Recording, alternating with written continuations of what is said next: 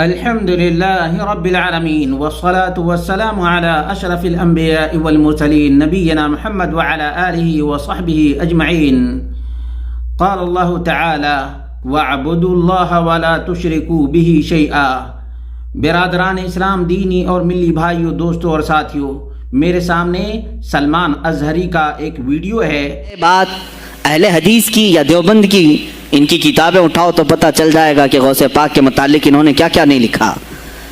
پیر پیراں، میر میراں، شہنشاہ بغداد، بلکہ شیخ ابن تیمیہ جو ہر ولی کی تنقید کرتا تھا، ہر صوفی پر تان و تشریح کرتا رہا، اس نے اپنی کتاب میں لکھ دیا کہ میرے پاس اتنی تواتر کہتے ہیں اتنے لوگوں کا بیان کرنا کہ جن کا جھوٹ پر جمع ہونا محال ہو.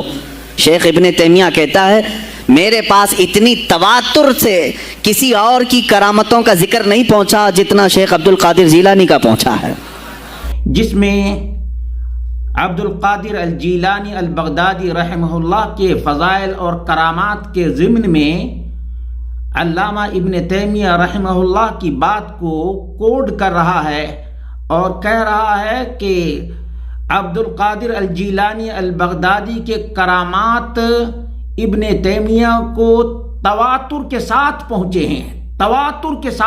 ہیں. ہم مانتے ہیں، تسلیم کرتے ہیں کہ ان کے کرامات ہیں، تو کرامات کا یہ مطلب ہے کہ وہ معبود بن جائیں؟ ہمارے سامنے ایک معیار ہے، پیمانہ ہے، وہ ہے رب کا قرآن، نبی کا فرمان. یہ معیار ہے ہمارا.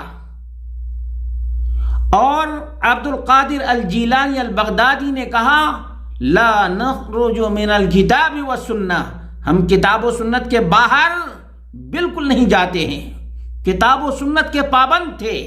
اسی لیے اللہ رب العالمین کو عرش پر مانتے تھے. عبد القادر الجیلانی البغدادی نے کہا اس آدمی کی نماز ہوتی ہی نہیں جو اکیلے ہو یا امام کے پیچھے ہو سورۃ الفاتحہ نہ پڑھے. سورۃ الفاتحہ کو وہ رکن مانتے ہیں.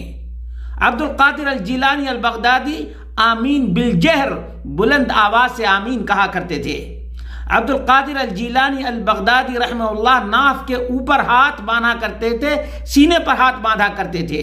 یہ کھانے کے لیے، دیگ پکوانے کے لیے عبد القادر الجیلانی البغدادی کی کرامتیں بیان کرتے، لیکن ان کی بات کو یہ نہیں مانتے، ان کی کتاب کو نہیں مانتے. ان کی کتاب ہے غنیۃ الطالبین اور دوسری کتاب ہے الفتح الربانی.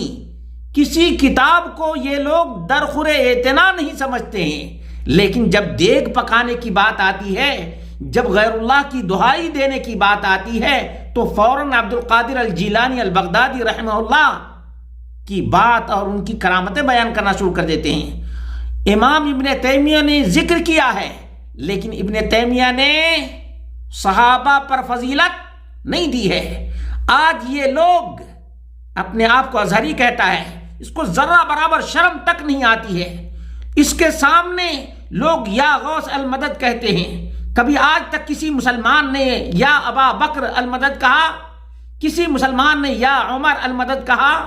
کسی مسلمان نے یا عثمان المدد کہا؟ کسی مسلمان نے طلحہ اور زبیر کی دہائی دی مصیبت کے وقت میں؟ یہ لوگ تو اٹھتے بیٹھتے سوتے جاگتے یا غوث المدد کہتے ہیں. یہ قرآن کی بھی خلاف ورزی کرتے ہیں، سنت کی بھی مخالفت کرتے ہیں، صحابہ کے معیار کو بھی ٹھکراتے ہیں. اللہ رب العالمین نے فرمایا الذین یذکرون اللہ قیاما وقعودا وعلی جنوبہم. مومن کون لوگ ہیں؟ ہوشیار مومن کون ہے؟ جو اٹھتے بیٹھتے سوتے جاگتے رب کا نام لیتا ہے، اللہ رب العالمین کا نام لیتا ہے. اور یہی حد فاصل ہے اور یہی امتیاز ہے مسلمانوں کا کہ مسلمان دنیا کے جس کونے میں بھی ہوتا ہے وہ رب کا نام لیتا ہے، اللہ اکبر کی صدائیں بلند کرتا ہے. کسی بابے کی دہائی نہیں دیتا، کسی مردے کی دہائی نہیں دیتا، اور نہ کسی مردے سے التجا اور فریاد کرتا ہے، بلکہ ہر ایک کو اس کا مقام دیتا ہے. ابن تیمیہ نے یہی کام کیا ہے کہ ان کی کرامتوں کا اعتراف کیا ہے، معبود نہیں بنایا ہے، مشکل کشا نہیں بنایا ہے، حاجت روا نہیں بنایا ہے، اور یا غوث المدد نہیں پکارا ہے۔ یہ معیار ہے۔ کیوں؟ اس لیے کہ اس امت کے سب سے بڑے ولی کون؟ ابو بکر صدیق رضی اللہ عنہ۔ دوسرے نمبر پر کون سب سے بڑے ولی؟ عمر فاروق رضی اللہ عنہ۔ رب کعبہ کی قسم کھا کر کے کہتا ہوں، دنیا کے جتنے بھی اولیاء ہیں تمام کے سردار ابو بکر صدیق رضی اللہ عنہ ہیں۔ ہمارا یہ ایمان ہے۔